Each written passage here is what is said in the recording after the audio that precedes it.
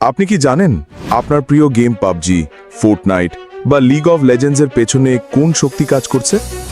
অথবা Spotify, Tesla বা লেডিটের মতো বিশ্বসেরা কোম্পানিগুলোতে কার বিশাল বিনিয়োগ রয়েছে? এই সব প্রশ্নের উত্তর যখন একটি নামে এসে মেশে, তখন বোঝা যায় প্রযুক্তি বিশ্বের আসল নিয়ন্ত্রক কারা। সেই নামটি হলো টেনসেন্ট।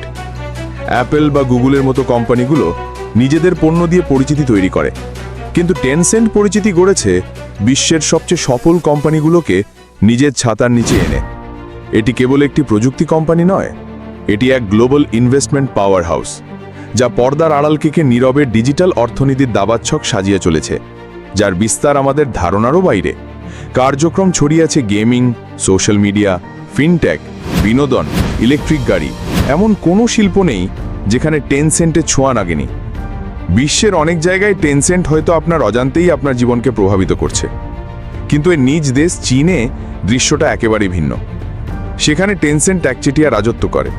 তারা উইচ্যাট নামের এমন একটি অ্যাপ তৈরি করেছে যা চীনের মানুষের কাছে হয়ে উঠেছে সব কিছু, বা চীনের অপারেটিং সিস্টেম। ভাবুন তো, একটি অ্যাপের মধ্যেই আছে ফেসবুকের মতো সোশ্যাল মিডিয়া, হোয়াটসঅ্যাপের মতো মেসেজিং, পেপ্যালের মতো পেমেন্ট ব্যবস্থা, নেটফ্লিক্সের মতো ভিডিও স্ট্রিমিং, স্পটিফাইয়ের মতো গান শোনা, গুগল সার্চ, উবার ট্যাক্সি, খাবার ডেলিভারি, এমনকি ডেটিং অ্যাপের মতো ফিচারও। চীনের প্রায় 1.4 বিলিয়ন মানুষ প্রতিদিন গড়ে 4 ঘন্টা এই অ্যাপটা ব্যবহার করে। এটা একজন আমেরিকান সব সোশ্যাল মিডিয়া অ্যাপ মিলিয়ে যত সময় দেয় তার চেয়েও বেশি। নিঃসন্দেহে এটি অবিশ্বাস্য সুবিধার। আপনার পুরো জীবন যেন একটি অ্যাপের মধ্যে। বিল পেমেন্ট, বন্ধুদের সাথে যোগাযোগ, কেনাকাটা, গেম খেলা, সবকিছু উইচ্যাটের মাধ্যমে। একটি প্রোফাইলেই আপনার সব ডেটা। তবে এই সুবিধার একটা ভয়ঙ্কর অন্ধকার দিকও আছে। যখন একটিমাত্র কোম্পানির হাতে আপনার জীবনের প্রতিটি দিকের সব তথ্য থাকে, আপনার অবস্থান, bank history, message, call, search, তখন পরিস্থিতিটা কেমন হয় ভাবুন তো। আর যখন সেই কোম্পানিটির সাথে চীনা সরকারের সম্পর্ক খুবই ঘনিষ্ঠ হয়, তখন বিষয়টা আরও মারাত্মক হয়ে ওঠে। হ্যাঁ, ঠিকই ধরেছেন, চীনা কমিউনিস্ট পার্টি বা সিসিপির কাছে টেনসেন্টের সব ডেটার অ্যাক্সেস রয়েছে। উইচ্যাট কার্যত বিশ্বের অন্যতম শক্তিশালী নজরদারি সরঞ্জামে পরিণত হয়েছে। আপনার পার্সোনাল মেসেজ বা ছবিগুলো স্ক্যান করা হয় সেন্সর করার জন্য। সরকারের অপছন্দ কোনো কথা বললে আপনার মেসেজ হয়তো ডেলিভারি হবে না। এর চেয়ে খারাপ হলে আপনি জেলে যেতে পারেন, এমনকি অদৃশ্যও হয়ে যেতে পারেন। উদাহরণস্বরূপ, একটি ব্যক্তি সরকার নিয়ে একটি হালকা রসকিতা করায় তাকে জেলে পাঠানো হয়েছিল। চীনা সরকার খোলাখুলিভাবে স্বীকার করেছে যে তারা ব্যবহারকারীর অনুমতি ছাড়াও ডিলিট হয়ে যাওয়া উইচ্যাট চ্যাটও অ্যাক্সেস করতে পারে। যদিও নজরদারি অন্য দেশেও হয়, চীন এবং টেনসেন্ট এটিকে অন্য মাত্রায় নিয়ে গেছে। অ্যামনেস্টি ইন্টারন্যাশনালের একটি রিপোর্টে টেনসেন্ট ডেটা ব্যবস্থাপনায় 100-র মধ্যে 0 পেয়েছিল, যা স্পষ্টতই এর স্বচ্ছতার অভাব এবং সিসিপিকে ডেটা অ্যাক্সেস দেওয়ার প্রমাণ। তবে টেনসেন্টের গল্প শুধু নজরদারি বা সুবিধার নয়, এটি একটি অবিশ্বাস্য ব্যবসায়িক সাফল্যের গল্প। কোম্পানিটি শুরু হয়েছিল মাত্র কয়েক হাজার ডলার পুঁজি নিয়ে। প্রতিষ্ঠাতা পনি মা ছিলেন শান্ত এবং অন্তর্মুখী। আলিবাবার জ্যাক মায়ের ঠিক উল্টো। তার একমাত্র নেশা ছিল কোডিং। বিশ্ববিদ্যালয়ে থিসিসের জন্য বানানো একটা স্টক পূর্বাভাস সফটওয়্যার বিক্রি করে তিনি তার ক্যারিয়ার শুরু করেন। টেনসেন্টের প্রথম ব্যবসা কিন্তু সম্পূর্ণ নিজের আইডিয়া ছিল না। তারা আইসিকিউ নামের একটি জনপ্রিয় মেসেজিং অ্যাপ নকল করে OICQ নামে একটি সার্ভিস চালু করে। হ্যাঁ, নামের আগে কেবল একটি ও লাগিয়ে। চীনের বাজারে উপযোগী করে কিছু পরিবর্তন এনে এটি দ্রুত জনপ্রিয় হয়, কিন্তু সার্ভারের খরচ মেটানো কঠিন হয়ে যায়। আর আসল ICQ কোম্পানি AOL তাদের নকলের জন্য মামলা করে। কোম্পানি বন্ধ হওয়ার পথে ছিল, কিন্তু পনিমা ভেঞ্চার ক্যাপিটালিস্টদের কাছ থেকে $2.2 মিলিয়ন ফান্ডিং জোগাড় করতে সক্ষম হন। তার সততা ইনভেস্টরদের মুগ্ধ করেছিল। এই টাকাই টেনসেন্টের জীবন বাঁচিয়ে দেয়। AOL এর মামলার কারণে OICQ এর নাম বদলে রাখা হয় QQ। QQ দ্রুত চীনে মিলিয়ন ইউজার লাভ করে, কিন্তু টাকা কামানো যাচ্ছিল না। সাবস্ক্রিপশন ফি চালু করেও ব্যর্থ হয়। তখন তারা QQ শো নামের একটি ফিচার চালু করে, যেখানে ইউজাররা তাদের অ্যাভাটারের জন্য ভার্চুয়াল পোশাক বা জিনিসপত্র কিনতে পারত। এটাই ছিল মাইক্রো লেনদেনের প্রথম বড় সাফল্য টেনসেন্টের। অল্প অল্প করে এই কেনাকাটা থেকে প্রচুর টাকা আসা শুরু করে। তারপর আসে টেনসেন্টের সামনে বড় প্রতিপক্ষ মাইক্রোসফট।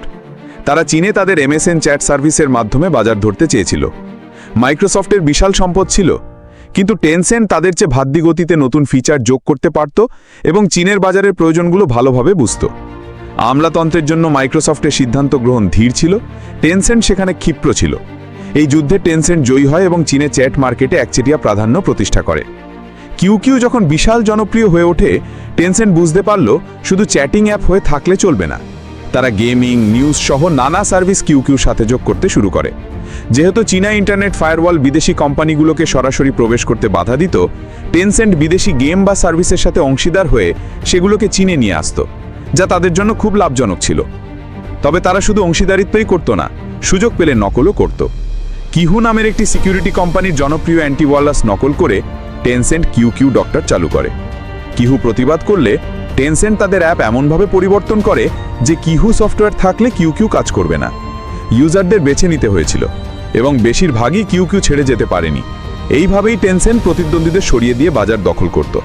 তাদের কিলার কপিক্যাট খ্যাতি ছড়িয়ে পড়ে। 2005 থেকে 2010 সালের মধ্যে টেনসেন্টের আয় $200 মিলিয়ন থেকে $2.9 বিলিয়ন পৌঁছায়। তবে তারা বুঝতে পারল সবকিছু নকল না করে সফল কোম্পানিগুলোতে বিনিয়োগ করা বেশি স্মার্ট কৌশল। তারা হয়ে উঠল রাজা নির্মাতা। ছোট ছোট স্টার্টআপে বিনিয়োগ করে উইচ্যাটের বিশাল ইউজার বেস ব্যবহার করে তাদের জনপ্রিয়তা বাড়িয়ে দিত। যেমন JD.com-এর মতো ই-কমার্স কোম্পানিতে বিনিয়োগ করে উইচ্যাটের মাধ্যমে তার প্রচার বাড়িয়ে দিয়েছিল। কিউকিউ যখন ডেস্কটপ যুগে জনপ্রিয় ছিল, মোবাইল ইন্টারনেট জনপ্রিয় হবার সাথে সাথে টেনসেন্ট বুঝতে পারল নতুন অ্যাপ প্রয়োজন। পনিমা 3টি আলাদা টিম দিয়ে মোবাইল মেসেজিং অ্যাপ তৈরি করার কাজ শুরু করেন। ভেতরে ভেতরে প্রতিযোগিতা চলছিল।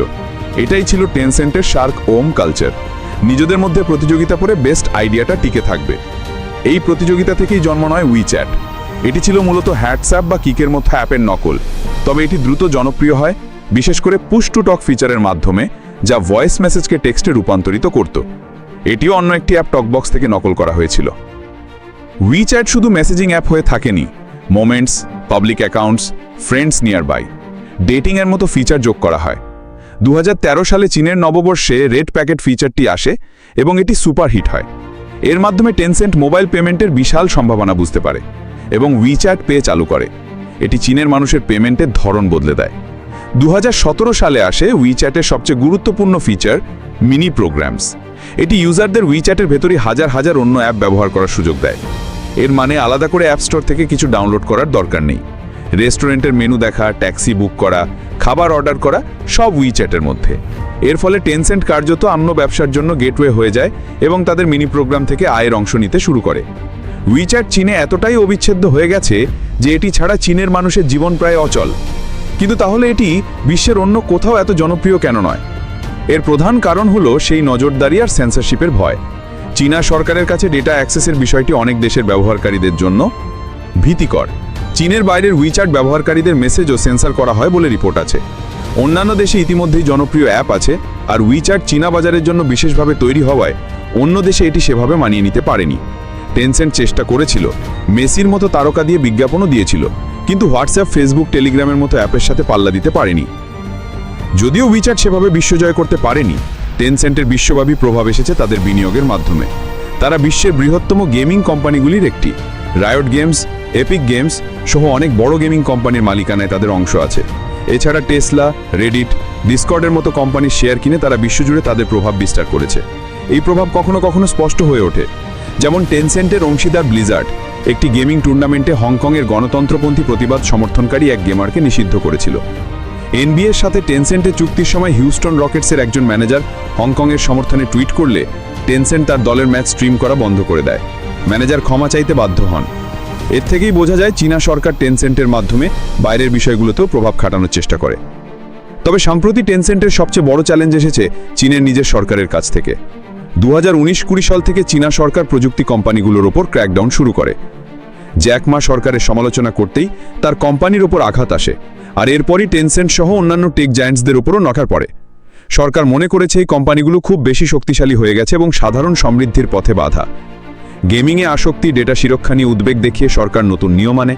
টেনসেন্টের নতুন গেমের অনুমোদন বন্ধ করে দেওয়া হয়, বাচ্চাদের গেম খেলার সময় নির্দিষ্ট করে দেওয়া হয়। পাবজির মতো গেমের বিষয়বস্তু বদলে দেশপ্রেমিক প্রচারণায় ভরা গেম ফর পিসে পরিণত করতে বাধ্য করা হয়। টেনসেন্টকে একচেটিয়া ব্যবসা করার জন্য বিশাল জরিমানা দিতে হয়।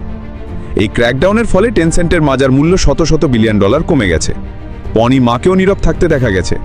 টেনসেন্ট এখন সরকারের সাথে আরও বেশি সহযোগিতা দেখাচ্ছে, সরকারি প্রচারণামূলক গেম তৈরি করছে এবং স্পর্শকাতর বিষয় থেকে নিজেদের দূরে রাখছে।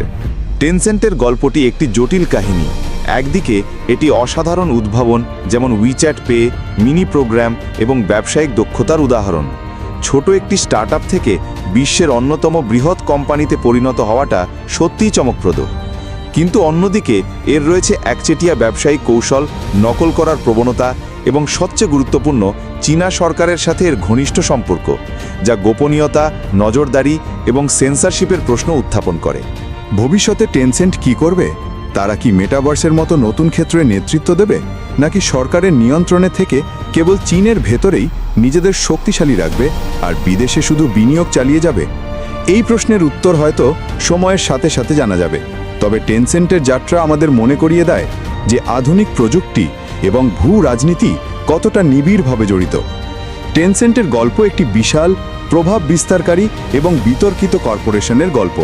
এটি কেবল একটি কোম্পানির নয়, এটি চীনের ক্রমবর্ধমান বৈশ্বিক প্রভাবের একটি জীবন্ত উদাহরণ।